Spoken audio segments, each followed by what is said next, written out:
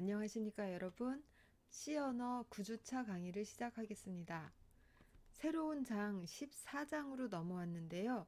함수와 포인터의 활용이 나왔어요. 여기서 이제 앞부분에서는 함수의 인자 전달 이런 것을 위주로 배울 건데요. 뒷부분에 가서는 포인터, 그 다음엔 함수 포인터라는 부분까지 나옵니다. 앞부분에서는 조금 우리가 지금까지 했던 영역에서 했던 영역 내지는 그거를 조금 확장한 영역 이 정도의 난이도인데 뒷부분으로 갈수록 난이도가 확 높아지는 그런 장입니다. 14장이.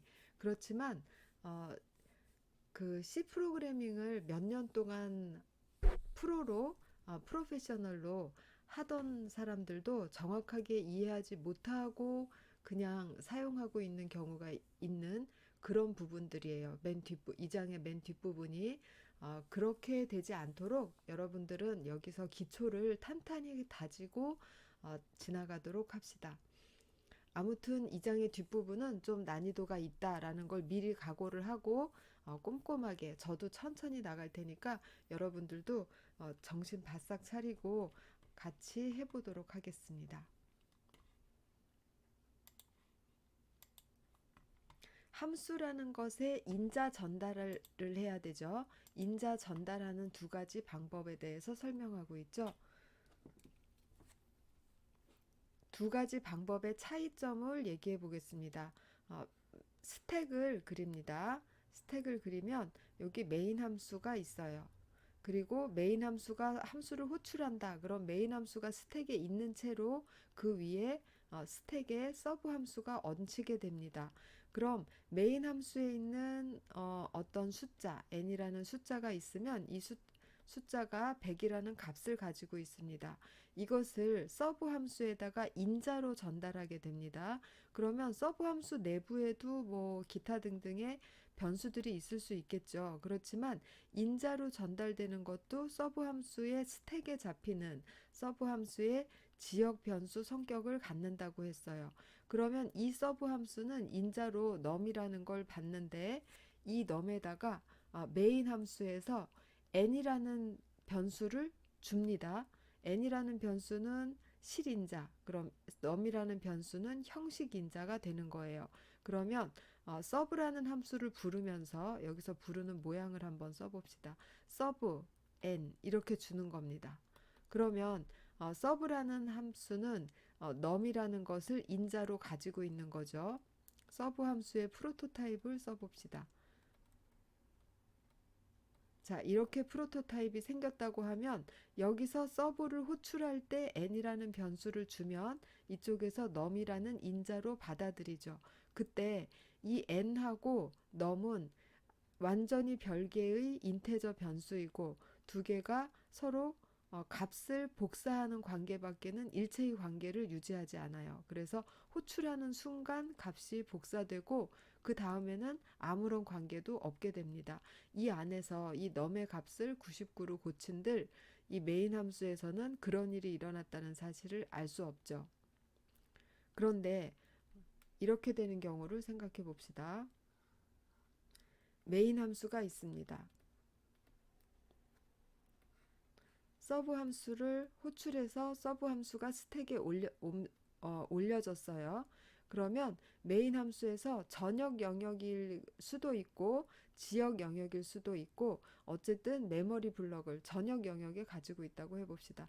메모리 블럭을 이렇게 가지고 있고 이 메모리 블럭에 대한 포인터를 메인 함수가 가지고 있어요. 그런데 이 포인터 값을 서브 함수에 인자로 전달하는 거예요. 그러면 여기 번지수가 100번지다 라고 하면 이 포인터 값인 얘가 100을 가지고 있겠죠. 그래야 여기 100번지를 찾아가죠. 이 P1이라는 값을 똑같은 포인터 타입의 변수 형식인자 PTR로 복사합니다. 그럼 이것이 똑같이 100이라는 번지수를 가지게 되겠죠. 그러면 이 PTR은 요걸 가리키게 되는 것이죠. 그러면 이게 만약에 인테저의 배열이다.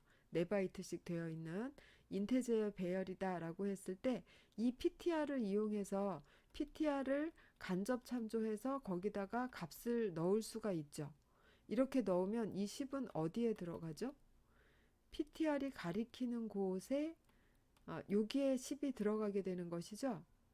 그러면 이 서브라는 함수 안에서 ptr이라는 변수를 이용해서 뭔가를 값을 수정을 했을 때 그 값을 메인 함수가 알 수 있나요? 알 수 있죠. 왜냐하면 메인 함수도 여기에 대한 주소를 가지고 있잖아요. 그럼 메인 함수가 서브 함수를 호출한 다음에 서브 함수를 p1을 주면서 호출한 다음에 p1의 값을 꺼내보는 겁니다. 이렇게. 그러면 서브 함수가 써놓은 값 10이라는 것을 메인 함수에서 읽을 수가 있겠죠.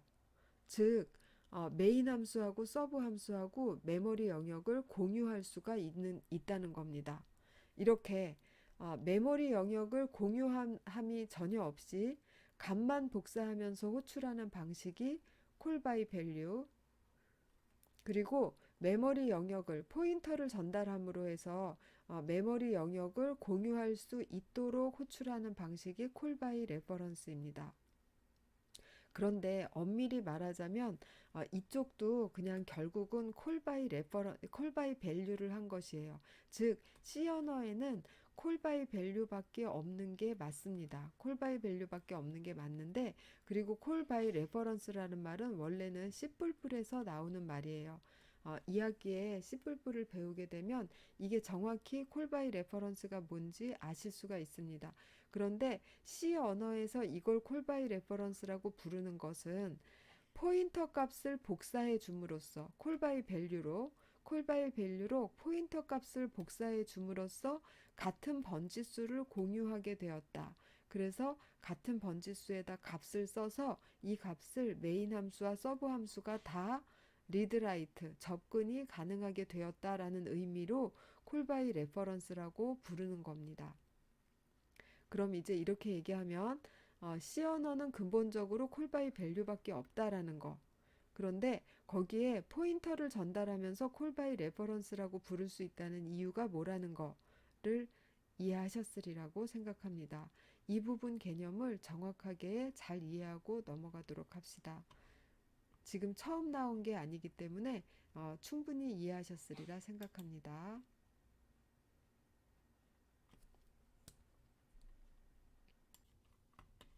그럼 625페이지에 콜 바이 밸류 예제를 보도록 하겠습니다. 여기에 뭐 코멘트도 있고 설명도 붙여서 어떻게 돌아간다라는 걸 설명을 하고 있지만 좀 전에 제가 그렸던 그 메인 함수가 밑에 있고 메인 함수가 호출한 함수가 위에 얹히는 스택의 모양이 있었죠. 그 형태로 각자 이 프로그램에 돌아갈 때의 그 메인 함수 스택과 increase라는 서브 함수 스택을 그려보시기 바랍니다. 그리고 저의 강의를 따라오면서 한번 검사하는 기분으로 제 얘기를 들어주세요. 그럼 저도 그리겠습니다. 메인 함수가 밑에 있어요. 그럼 여기에서부터 이렇게 쫓아가는 거예요. 코드를. 메인 함수에 amount라는 자리가 있고 거기에 10이 있죠. amount라는 자리가 있고 10이라는 숫자가 있습니다. 메인 함수에. 그리고 increase를 호출했어요. 그럼 increase라는 영역이 스택에 생기고 increase라는 영역이 생기면서 두 개의 인자를 전달했죠. 인테저 타입 두 개를 전달했습니다. 오리진하고 인크리먼트. 그럼 오리진 자리 잡고 요거는 인크리먼트 자리를 잡았어요. 그리고 호출하는 순간에 어마운트 값을 오리진으로 복사. 그럼 10되죠. 그 다음에 20이라는 상수를 인크리먼트로 복사. 이렇게 됩니다. 그 다음에 이 함수 이름을 써줍시다. increase라는 함수 안에서 오리진에다가 인크리먼트를 더해서 오리진에다 넣었어요. 그럼 오리진에 30이 들어가 있겠죠. 예, 30이 들어가 있습니다. 그거까지 하고 인크리즈는 반환했어요. 반환한다라는 건 스택에서 이 영역은 없어지는 것이죠. 없어졌어요. 그 다음에 인크리즈 다음 문장부터 시작하죠. 뭐라고 프린트 하나요? 어마운트를 프린트합니다. 어마운트를. 그럼 그냥 10이라고 나오겠죠? 즉 increase 안에서 했던 동작, 이 동작은 아무 의미도 없는 동작이 되었어요. 이렇게 했다면 이 오리진 값을 반환을 해주거나 반환 타입을 이용해서 반환을 해주거나 하다못해 출력이라도 했어야 되는데 그냥 플러스만 한번 했는데 그 플러스한 대상이 지역 변수인 거예요. 그럼 함수가 끝나면 지역 변수 날아가는데 아무데도 자취가 남지 않게 되었죠. 즉, 이 인크리먼트라는 함수 전체가 아무 의미 없는 함수가 되어버렸습니다. 이러한 형태의 그림을 그리는 것을 꼭 연습하세요. 다음 예제가 나오는데 그것도 또 각자 그려보시고 저의 설명을 따라오시기 바랍니다.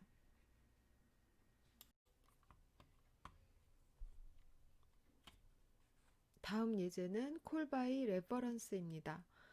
요거에 대해서 그림을 각자 그려보시고 제 설명을 들으시는 거죠. 영상을 멈추고 각자의 아까 좀 전에 제가 그렸던 것과 같은 그림을 그려보시기 바래요. 이제 제가 그립니다. 메인 함수가 있어요.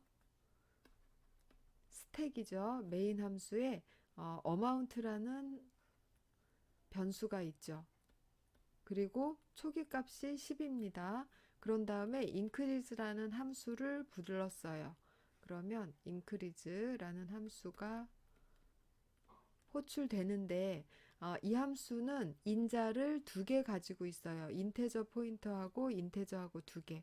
그러면 둘 다 똑같이 4바이트지만 하나는 포인터니까 이렇게 짧게 준비하고 하나는 4바이트 들어갈 자리라고 이렇게 표시를 하겠습니다.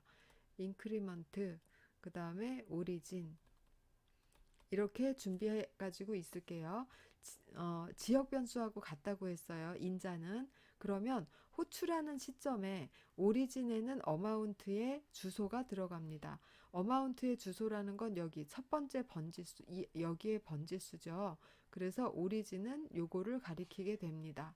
그 다음 20이 인크리먼트라는 자리로 복사돼요. 그래서 이렇게 20이 복사됩니다. 그리고 이제 인크리먼트 안에서의 동작을 해야 되죠. 요걸 해야 되죠. 오리진을 간접 참조한 값에다가 인크리먼트를 더했어요. 오리진을 간접 참조한 값. 그럼 여기를 얘기하는 거죠. 메인 함수의 어마운트 영역.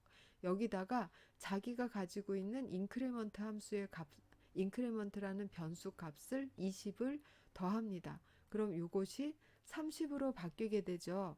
즉, increase라는 서브 함수에서 다른 함수의 영역, 물론 자기보다 상위 함수여야 되겠죠. 메인 함수가 가진 영역에다가 값을 변화시켰어요.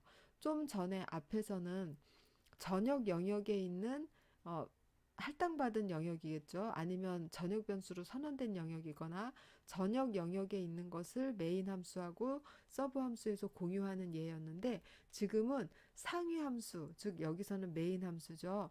메인 함수에 있는 메모리 영역을 메인 함수와 서브 함수가 공유하고 있는 형태입니다. 그래서 이렇게 쓰고 그 다음에 increase라는 함수가 반환했어요. 반환하면 스택에서 이 부분은 완전히 없어지죠.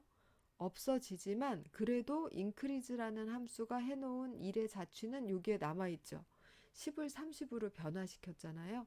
그래서 반환을 하게 되면 자신을 호출한 바로 다음 문장으로 되돌아와서 어마운트를 출력하죠. 그러면 30이라고 나올 거예요. 자기는 10이라고 써놨는데 increase라는 함수를 부른 후에 확인을 해보니 30이라고 나온다. 즉, 이 함수에서 메인 함수가 가진 어떠한 변수의 값을 조정했다, 바꿨다라는 것을 알 수 있죠. 이렇게 주소를 전달함으로써 메모리 영역을 공유해서 서브 함수와 메인 함수가 특정 메모리 영역을 공유하면서 값을 주고받을 수 있다. 이것이 콜바이 레퍼런스다라고 했죠. 이러한 코딩 방법, 이거는 여러 번 봤기 때문에 더 익숙하실 수가 있는데 이렇게 코딩을 했을 경우에 동작 원리가 이거다라는 것까지 정확하게 이해하시기 바랍니다.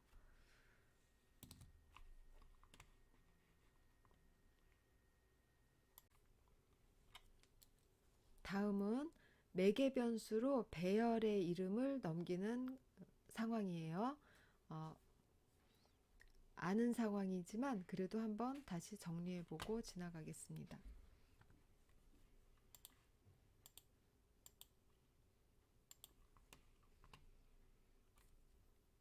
이것도 역시 소스를 따라가 볼게요. 메인 함수에 있는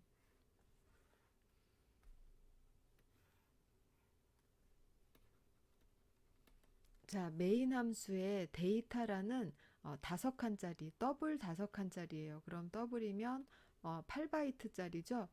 8바이트짜리 길다고 생각합시다.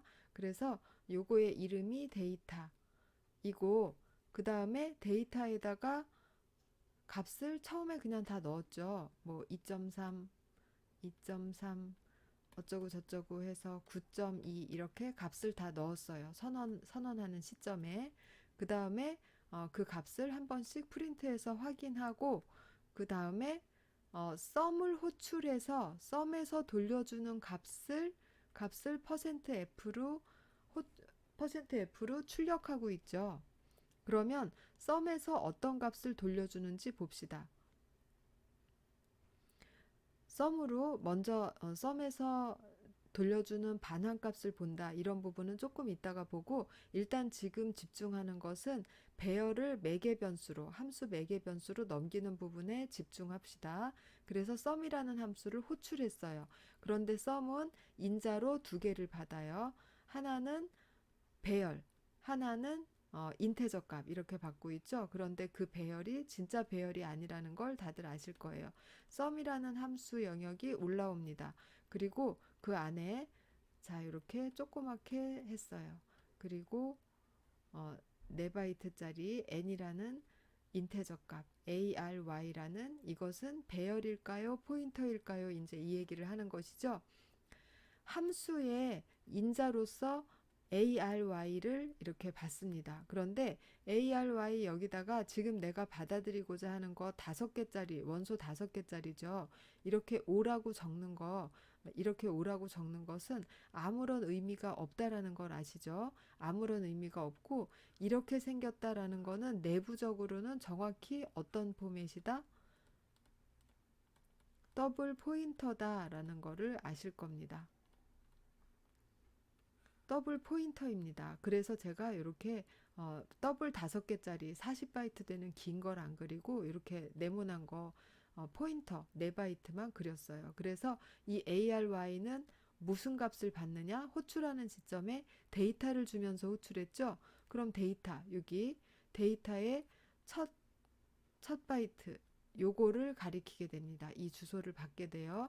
그리고 ARY 사이즈라는 값을 줬죠. 그거는 위에 보면 5라고 디파인 해놨어요. 그래서 n이라는 값에는 5가 들어갑니다. 그럼 이렇게 했을 때 메인 함수에서 데이터의 원소를 액세스하는 방법 봅시다. 제가 데이터의 원소를 한번 액세스해 볼게요. 데이터의 첫 번째 원소 이렇게 액세스할 수 있죠.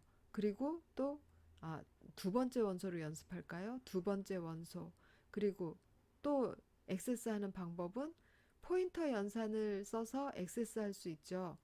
데이터의 플러스 1항 것을 간접 참조 이렇게 해도 두 번째 원소가 나오죠. 그럼 여기서 ARY는 다른 배열의 첫 번째 주소를 가리키고 있는데 ARY를 통해서 여기 두 번째 원소를 액세스하는 방법을 써봅시다. 인덱스 연산을 쓸 수 있어요. 두 번째 원소. 그 다음에 포인터 연산을 쓸 수 있어요. 하나 전진시켜서 간접 참조 이렇게 할 수 있어요. 그러면 이렇게 쓰건 똑같이 여기 원소 값이 나온다라는 얘기잖아요.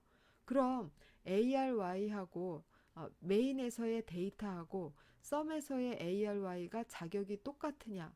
그거는 전혀 아니죠. 데이터라는 것은 변수의 이름입니다. 변수의 이름이어서 데이터라는 건 이 전체를 대표하는 이름이에요. 그래서 사이즈 오브 데이터 하면 8540, 40바이트가 나옵니다. 그렇지만 데이터라는 것을 읽었을 때는 이 전체 40바이트 전체를 던질 수가 없으니까 그거의 맨 앞에 바이트 주소가 나옵니다. 그럼 맨 앞에 바이트 주소가 나온다는 거는 ARY가 나온다는 얘기죠. 그래서 이렇게 형태가 똑같아지는 것 뿐이에요. 그래서 데이터 하고선 불렀죠. 부르면 이 첫 번째 주소가 나와요. 첫 번째 주소 값이 나오고 그 주소의 타입은 이 배열의 타입이 됩니다. 배열의 타입이 더블이잖아요. 그래서 더블 포인터라는 것이 나오는 거예요. 그렇기 때문에 그 더블 포인터를 가지고 연산도 하고 간접 참조도 하고 이렇게 할 수 있는 겁니다. 배열의 이름은 그러하고 배열 그 더블에 대한 포인터의 자격은 또 다르죠. 포인터라는 것은 배열의 이름이라는 것은 상수 포인터 자격이죠. 즉 이것은 포인터로 쓸 수 있지만 그거는 자기가 가지고 있는 이 영역에 대해서만 첫 번째 자리 포인터로 쓸 수 있는 거지 데이터가 다른 영역을 가리킬 수 있는 건 아니죠. 그래서 움직일 수 없는 상수 포인터입니다. ARY는 그렇지 않고 변수인 포인터예요. 그냥. 그러니까 이건 여길 가리킬 수도 있지만 다른 데 있는 더블 영역을 가리켜도 괜찮아요. 그렇게 만들 수도 있어요. 그리고 ARY는 포인터 타입이기 때문에 사이즈 오브 ARY 하면 4가 나오죠. 항상 4가 나와요. 왜냐하면 주소값만 가지고 있기 때문에 그래요. 그럼 다시 본론으로 돌아와서 배열의 이름을 함수의 인자로 넘긴다라는 것은 특정 메모리 영역을 메인 함수와 서브 함수가 공유하는 것입니까? 공유하는 것이죠.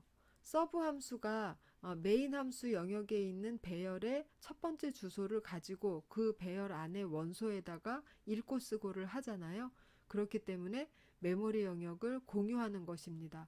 그래서 콜 바이 레퍼런스가 되는 거예요. 즉 배열을 매개 변수로 전달하는 것도 콜 바이 레퍼런스의 일종이다라는 것을 아실 수가 있습니다.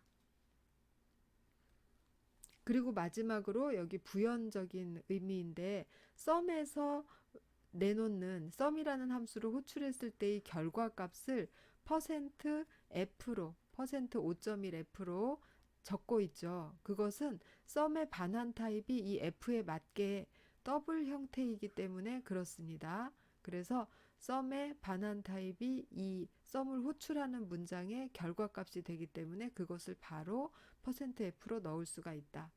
그럼 썸 안에서는 보면은 자신이 받은 이 배열의 첫머리 주소를 이용해서 배열의 모든 원소를 하나씩 꺼내서 전부 더한 다음에 그 결과를 반환해주고 있어요. 그리고 배열을 넘길 때는 배열의 첫머리 포인터만 넘어가기 때문에 여기서 사이즈 오브 ARY 한다고 해도 배열의 원소 개수를 구할 수 있는 방법이 없겠죠. 전혀 없습니다. 그래서 반드시 배열을 인자로 넘길 때는 배열의 첫머리 주소 플러스 배열의 원소 개수를 짝으로 넘기셔야 됩니다. 이거는 그냥 정해진 거예요. 꼭 이렇게 첫머리 주소와 원소 개수를 같이 넘기셔야 됩니다. 여기에서 이렇게 내가 배열 자체를 가지고 있을 때는 사이즈 오브 데이터 나누기 사이즈 오브 데이터 제로 이렇게 해서 원소의 개수를 구할 수가 있었죠. 그런데 이거를 받는 함수 입장에서는 원소의 개수를 전달받지 않고서는 알 수 있는 방법이 없다. 여기까지입니다. 여기까지 잘 복습하시고 이해하시고 그 다음에 타이핑해서 실험해 보시기 바랍니다. 추가로 한 가지 사항만 더 얘기를 해봅시다. 여기에서 원소 액세스 방법을 두 가지를 얘기했어요.